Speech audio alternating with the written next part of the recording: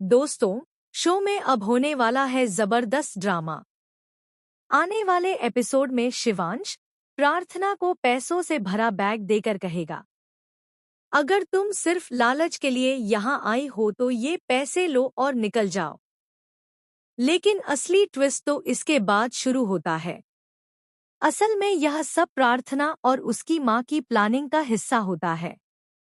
दूसरी तरफ प्रार्थना की माँ सीधे शिवांश के घर पहुंच जाती है और जोरदार हंगामा कर देती है। बुआ माँ उसे घर से धक्के देकर निकालना चाहती है, लेकिन प्रार्थना की माँ सबको चैलेंज करती है। अगर किसी ने मुझे हाथ लगाया तो सब जेल जाओगे।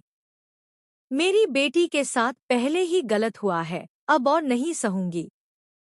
इस पर बुआ माँ ताना मारती है, तुम तो प्रार्थना की असली माँ भी नहीं हो। तो प्रार्थना की माँ जवाब देती है, हाँ, मैं देवकी नहीं, पर यशोदा जरूर हूँ और अपनी बेटी के लिए किसी भी हद तक जाऊंगी। अब कहानी पहुंचती है डिवोर्स और अलिमनी तक। प्रार्थना की माँ साफ कह देती है कि अगर शिवांश अलग होना चाहता है तो बदले में प्रार्थना को पैसे चाहिए।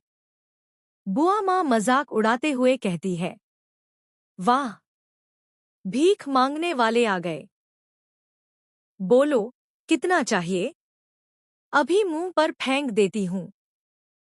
लेकिन प्रार्थना की माँ पलटवार करती है, इतना शौक है फेंकने का तो पहले अपने बेटे से पूछो कि प्रार्थना को छोड़ने के बदले वह कितनी रकम देगा।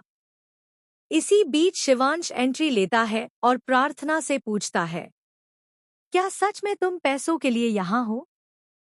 और चौंकाने वाली बात यह है कि प्रार्थना भी हाँ कह देती है। असल में प्रार्थना अपनी माँ और बहन के साथ मिलकर यह प्लान बनाती है कि अगर उसे इस घर में रहना है तो पैसों के लालच का नाटक करना पड़ेगा, क्योंकि अगर उसने प्यार या मोहब्बत की बात की तो घर वाले उसे जरूर निकाल देंगे। अब आने वाले ट्रैक में आप देखेंगे कि शिवांश पैसे का बैग देगा, लेकिन प्रार्थना उससे और रकम मांगेगी और यही बहाना बनेगा उसके घर में टिके रहने का। अब देखने वाली बात यह है, क्या इस पैसों के खेल में शिवांश और प्रार्थना के बीच नजदीकियां बढ़ेंगी? क्या दोनों एक दूसरे से अपने दिल की बात कह पाएंगे या फिर यह रिश्ता हमेशा के लिए टूट जाएगा? आपको क्या लगता है? कमेंट करके जरूर बताइए।